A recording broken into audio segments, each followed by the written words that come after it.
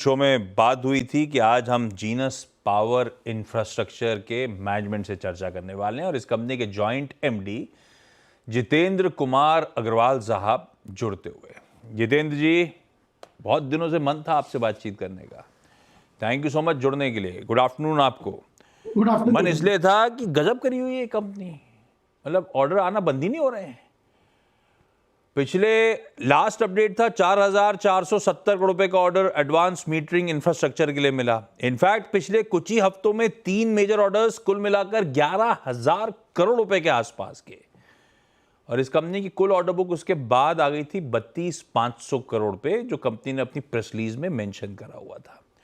ये जो 32,500 करोड़ रुपए की अग्रवाल साहब ऑर्डर बुक है, इसका एग्जीक्यूशन पीरियड अंदाजन क्या होगा?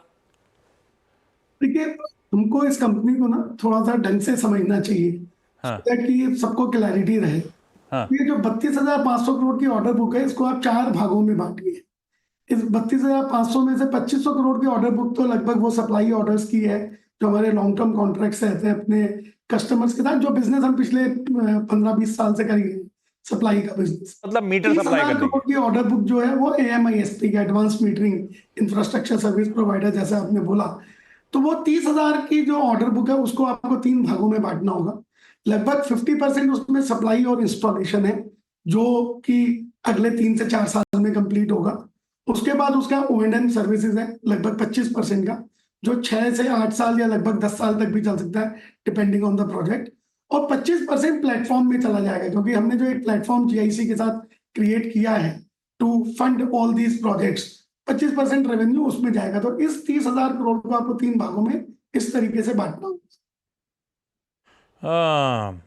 हाँ, तो जब आपने GIC सिंगापुर से पार्टनरशिप वाली बात छेड़ी दी है, तो वो था कुछ वो पार्टनरशिप मेरे ख्याल से थी एक प्लेटफॉर्म स्मार्ट मीटरिंग प्रोजेक्ट्स के लिए एस्टैब्लिश करने का। मतलब आप दोनों ने मिलकर कुछ कैपिटल इन्फ्यूज करा था उसमें, और जो ऑर्डर्स आ रहे थे उसके लिए आप लोग प्लेटफॉर्म क्रिएट कर रहे थे। ये मामला क्या था GIC के साथ?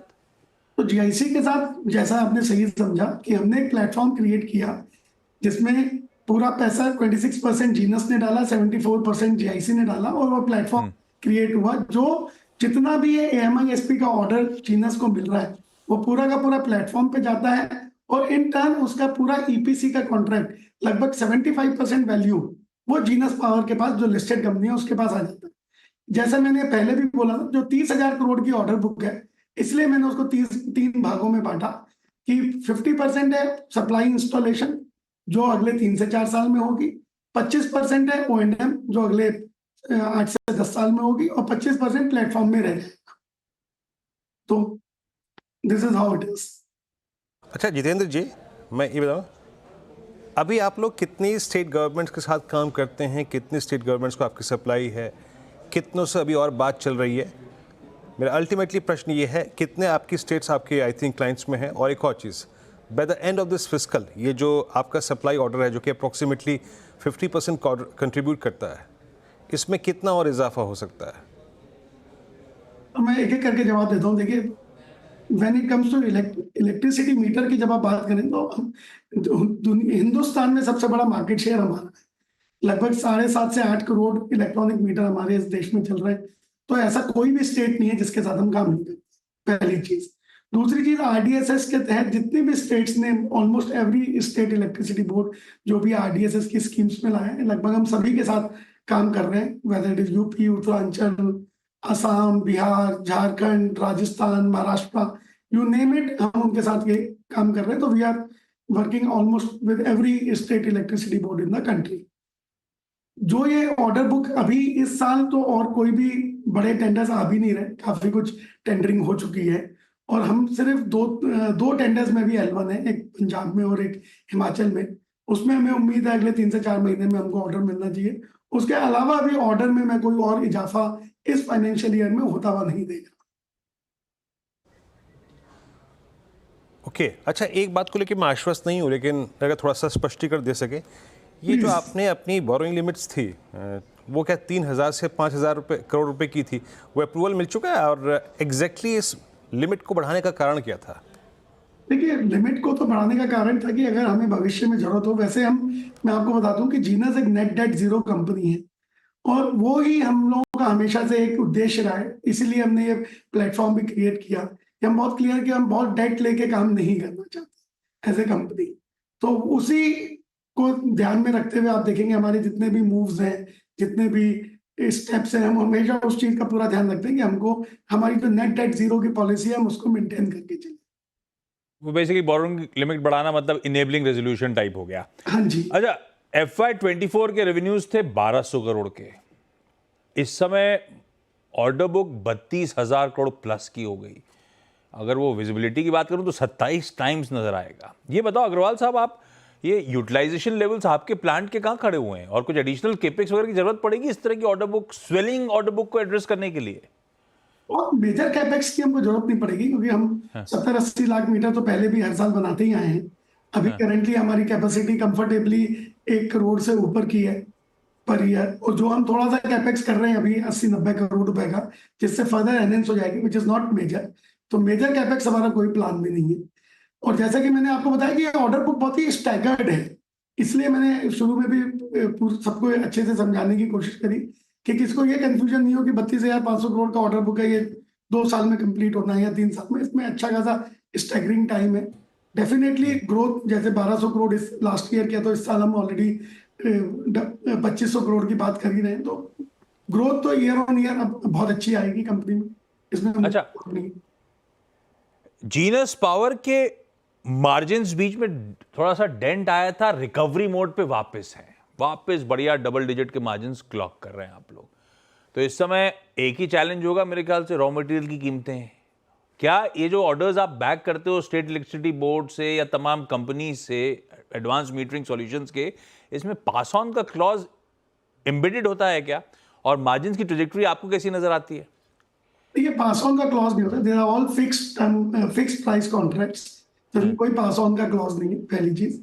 दूसरी चीज हमारा क्या कि अगर आप बिजनेस देखें, इवन ड्यूरिंग कोविड टाइम्स भी जब हमारा रेवेन्यू आधा रह गया था, तब भी हमारे मार्जिन बहुत ज्यादा इसलिए हिट नहीं हुए थे कि हमारा raw material has a impact, but बहुत बड़ा इम्पैक्ट कि रॉ मटेरियल के फिक्स प्राइस, इसलिए हमारे बिजनेस में कभी भी फिक्स टर्म्स नहीं होते। मार्जिन्स का जो हमने आपको बताया कि डिप थोड़ा सा इसलिए भी था कि बहुत सारा इन्वेस्टमेंट हो रहा था। जो AMISP के प्रोजेक्ट्स हैं, इसमें यदि आपको सारी टेक्नोलॉजी के ऊपर काम करना है तो लॉट ऑफ इन्वेस्टमेंट, यदि आप मैन पावर कॉस्ट भी देखेंगे तो सिग्निफिकेंटली बढ़ी है कंपनी की पिछले 1 साल में, और आगे भी बढ़ेगी, क्योंकि lot of investment goes initially. कोई भी प्रोजेक्ट आप लेते हैं उससे पहले उसकी डिजाइनिंग, प्लानिंग, फिर उसको एग्जीक्यूशन के स्टार्ट करने में समय लगता है। तो आपकी एक इनिशियल कॉस्टिंग बहुत मेजर होती है, उसके बाद वो टेपर डाउन होके स्टैंडर्डाइज हो जाती है। तो आप देखेंगे मार्जिन जो हमने अब करने शुरू कर दिए वो हम कंफर्टेबली मेंटेन करेंगे। ओके। अच्छा जितेंद्र जी, आपसे एक प्रश्न पूछना चाहूँगा। आपके अनुसार जो आपने आकलन किया, कौन कौन सी स्टेट्स सबसे ज़्यादा एडवांस मीटर्स लगा चुकी हैं? मैं जस्ट एक जनरल प्रश्न पूछ रहा हूँ आपसे। और अभी कितनी जो ये ना, एडवांस मीटर्स लग चुके हैं और कितने कन्वेंशनल मीटर्स हैं? मतलब फ्यूचर में क्या दिख रहा है आपको, जो कन्वर्जन रेट है वो कितना तीव्र होगा और कितना अभी बाकी है? देखिए, पूरे हिंदुस्तान में जब ये RDSS की स्कीम लॉन्च हुई थी, तब गवर्नमेंट ऑफ इंडिया का विजन था कि 25 करोड़ मीटर्स जो है पूरे के पूरे स्मार्ट मीटर्स में कन्वर्ट कर देंगे। क्योंकि ये स्कीम को लॉन्च हुए में भी 6-7 साल हो गए, बीच में कोविड भी आ गया था, काफी कुछ डिलेज हुए। तो मेरा ये मानना है कि 25 करोड़ कंज्यूमर का नंबर वैसे भी काफी कुछ बढ़ गया होगा, बट उसके एग्जैक्ट नंबर्स के बारे में अभी हम बात नहीं कर सकते।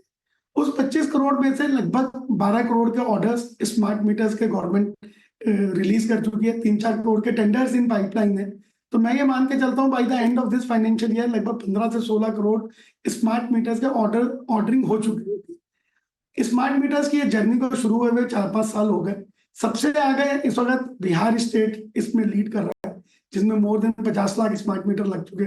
उसके बाद मैं बोलूंगा यूपी है, असम है, इनमें लगभग 25-30 लाख स्मार्ट मीटर्स लग चुके। और थोड़े थोड़े स्मार्ट मीटर्स तो कोई भी ऐसा स्टेट नहीं है पूरी कंट्री में जिसमें नहीं लगे हो, क्योंकि ओरिजिनली तो स्मार्ट मीटर्स की जर्नी 2011-12 में शुरू हो गई थी, जब पायलट प्रोजेक्ट्स हर स्टेट में शुरू हुए थे। तो बहुत ही वेल प्लान्ड स्कीम है गवर्नमेंट ऑफ इंडिया की, क्योंकि बहुत ही बड़ा ये चेंज आ रहा है कि आपका हर कंज्यूमर इलेक्ट्रॉनिक मीटर से स्मार्ट हो रहा है। तो इसको बहुत बढ़िया से गवर्नमेंट ने प्लान किया है, पूरा समय दिया है। अब ये आज की डेट में यदि आप मुझसे पूछो तो लगभग 1.25 करोड़ स्मार्ट मीटर्स कंट्री के अंदर लग चुके हैं, और मुझे लगता है कि अगले 3 साल के अंदर ये नंबर कम से कम 15 करोड़ मीटर का तो हो गई, कम से कम, इफ नॉट मोर। अच्छा, ओके जितेंद्र जी, आपसे आखिरी प्रश्न पूछूंगा, भोपाल में कोई प्लांट है क्या आपका? भोपाल में प्लांट है क्या आपका? गुवाहाटी, हरिद्वार नहीं। और जयपुर में। ये मजे ले रहे हैं, मैं भोपाल का हूँ, ये हरिद्वार के हैं भाई साहब। और आपको क्या लगता है आवाज रिसर्च तैयार होकर नहीं आती क्या? दिखा, वीरू का दिल खुश करने के लिए दिखा दो हरिद्वार का प्लांट डायरेक्टर साहब। वीरू, ये लीजिए, हरिद्वार प्लांट की इमेज तक मेरे पास है। यस, हाँ। वैसे भोपाल आइए तो क्या है, नहीं, वो मैंने एकदम ऑर्डर हार्ट तो ऑफ देखिए, इंडिया में आपको हो गया, आप तैयारी चारों पूरी तरफ आप सप्लाई कर पाओगे इजीली। हरिद्वार कहाँ हो आप? नहीं, मैन्युफैक्चरिंग बेस हमारा सबसे नहीं बड़ा नहीं, हरिद्वार में ही अरे है। पावन नहीं, अच्छा, मतलब एक चीज वाकई अच्छा है।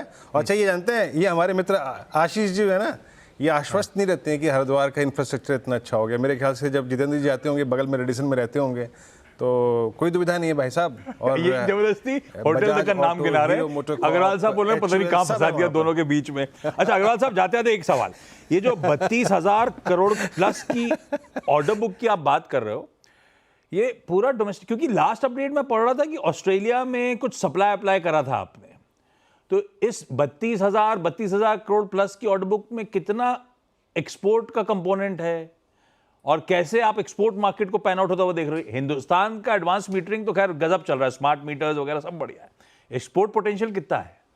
देखिए, एक्सपोर्ट पोटेंशियल पूरे, देखिए हम लोगों का हमेशा से फोकस डोमेस्टिक मार्केट में बढ़ा रहा है, हमेशा से लार्जेस्ट प्लेयर रहे हैं डोमेस्टिक के अंदर। एक्सपोर्ट की जर्नी भी हमने आज से 6-7 साल पहले शुरू करी थी। थोड़ा सा कोविड की वजह से हमें धक्का लगा, कोविड से 1 साल पहले, कोविड वाले ईयर में हमने लगभग 100 करोड़ का एक्सपोर्ट किया था। हमारा बहुत अच्छा एक्सपोर्ट का भी है, लगभग 10% ऑफ द रेवेन्यू तब आ गया था। लास्ट ईयर अगेन हमारा एक्सपोर्ट वापस पिकअप किया है। करंट नंबर्स को देखते हैं तो सबको लगता है कि बहुत छोटा है, बट लास्ट ईयर भी हमने 100 करोड़ का एक्सपोर्ट किया है। इस साल भी हम कुछ एक्सपोर्ट के ऊपर, क्या, it's a long term gestation, हम लोग कई कंट्रीज में बहुत क्लोजली काम कर रहे हैं। जब वो आपने ऑस्ट्रेलिया का बोला, वहां पे हमने भी वाटर मीटर का एक्सपोर्ट किया, क्योंकि अभी तक हमको इलेक्ट्रिसिटी मीटर और पिछले 3-4 साल से गैस मीटर में हमने बड़े रूप में काम शुरू किया है, वो भी डोमेस्टिक में ज्यादा फोकस किया। वाटर मीटर की अपॉर्चुनिटी हमारे को अपने इंटरनेशनल क्लाइंट्स से ज्यादा आई, तो हमने उसके ऊपर पिछले 2-3 साल, क्योंकि ये देखिए सब टेक्निकल प्रोडक्ट है, इनमें बहुत सारा डेवलपमेंट करना पड़ता है before you launch the product and it goes in the market.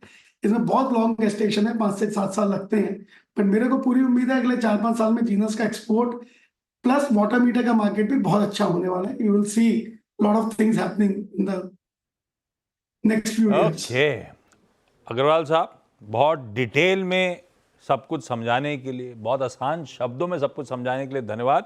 Hopping interview ठीक ठाक रहा है ना सर? ये आपको बेहतर पता होगा। नहीं, मैं तो इसलिए कह रहा था, हाँ बोलते तो बोलता आते रहा करिए भाई, आप, हमारी टीम बता रही थी आप आते नहीं हैं। नहीं, मैं बीच में काफी बिजी था, बट मैं अब मना नहीं करूंगा। चलिए बढ़िया, thank you so much. Mahesh, ये स्टॉक ट्रैक करा है क्या?